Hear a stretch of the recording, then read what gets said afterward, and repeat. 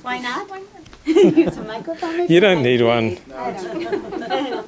So I want to thank everybody. It's my brother's birthday this Saturday. He has a big a party, and I was coming out for this party. And my book was released last month, so it's like, well, how can I come to Los Angeles and not do things? So lucky, you need to have friends in high places.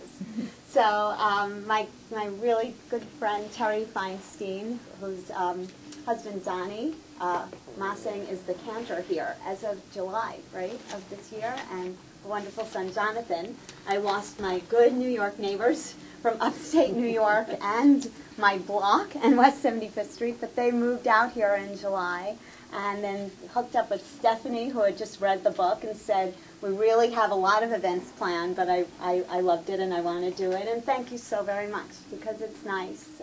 It's really nice for me, and thank you, Stacy.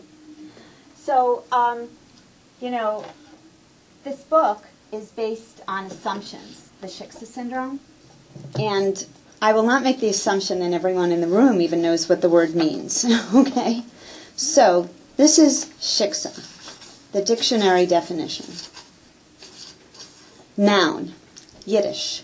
1, a non-Jewish woman. 2, a quintessential blonde beauty.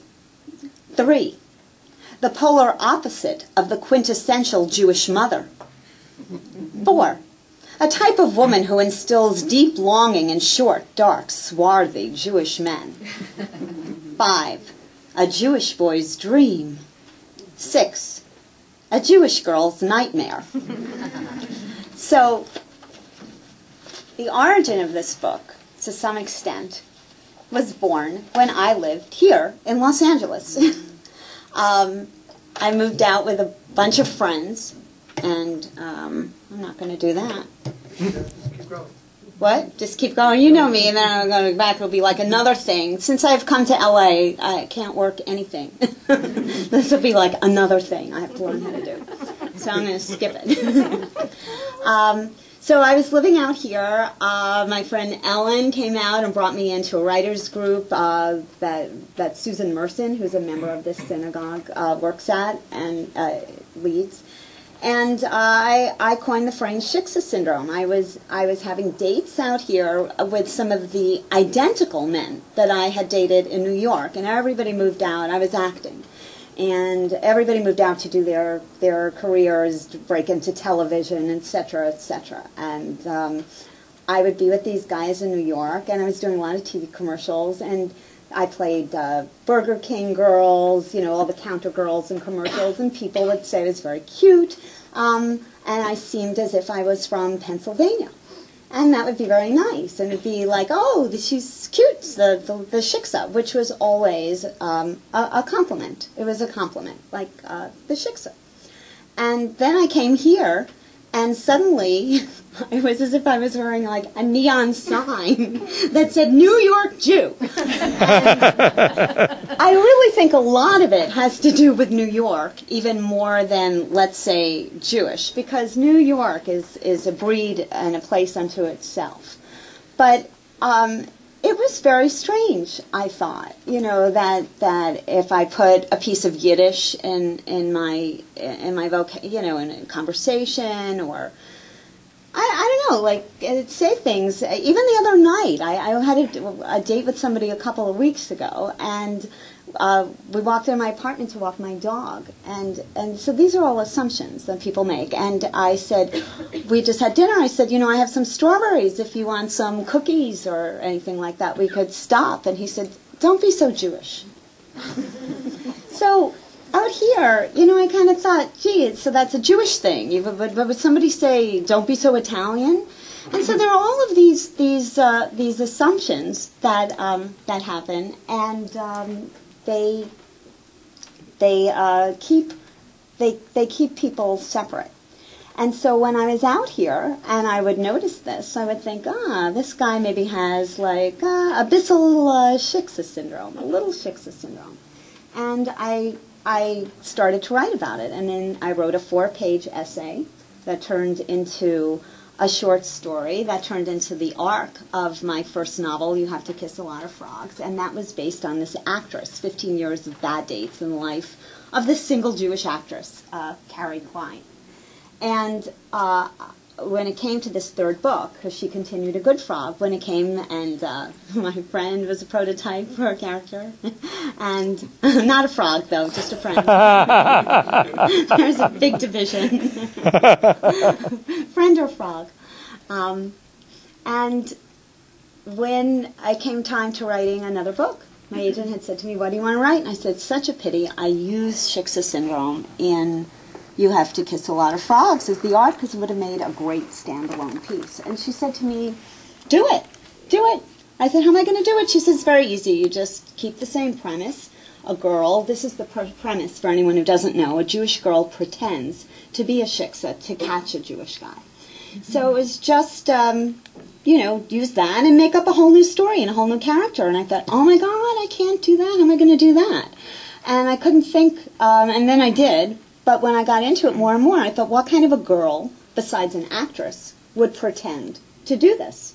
And there's a certain amount of fantasy in this book where you just stretch, because the girl goes deeper and deeper and deeper and deeper. Her name is Amy Albert, and she digs herself into this lie, which happens quite accidentally, to the point of no return until the bottom falls out.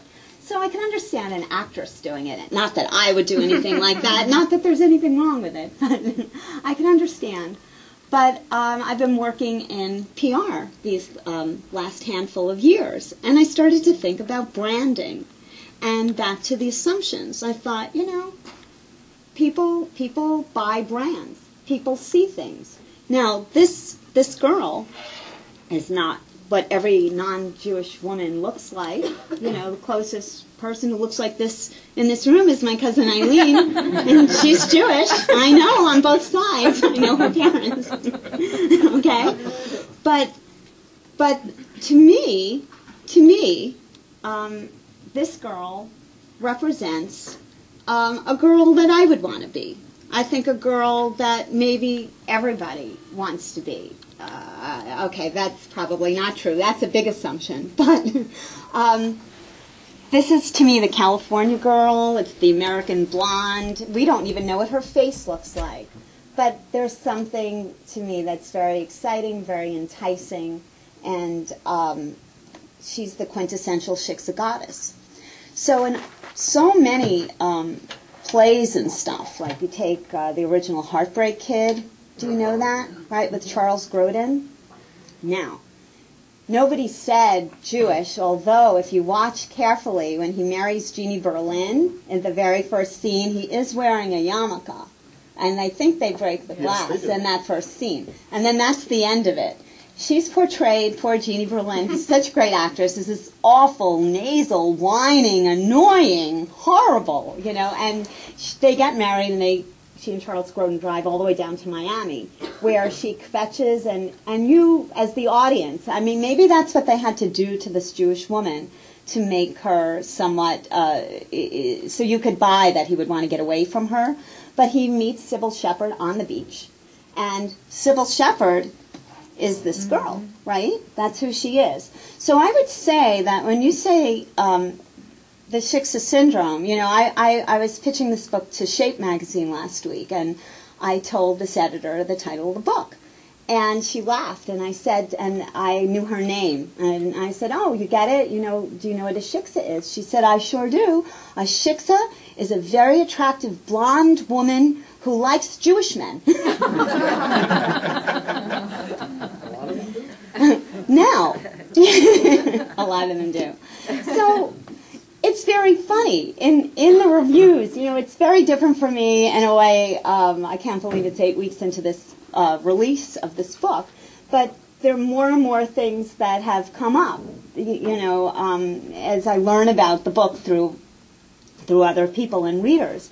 So, like, Daily News wrote a review, and they said, "Shiksa with a Gentile touch." And that was a very nice thing. Then there was a woman on a publisher's weekly blog who wrote a review, and she loved it. And said, well, she didn't even know what the word Shiksa meant when she got the book.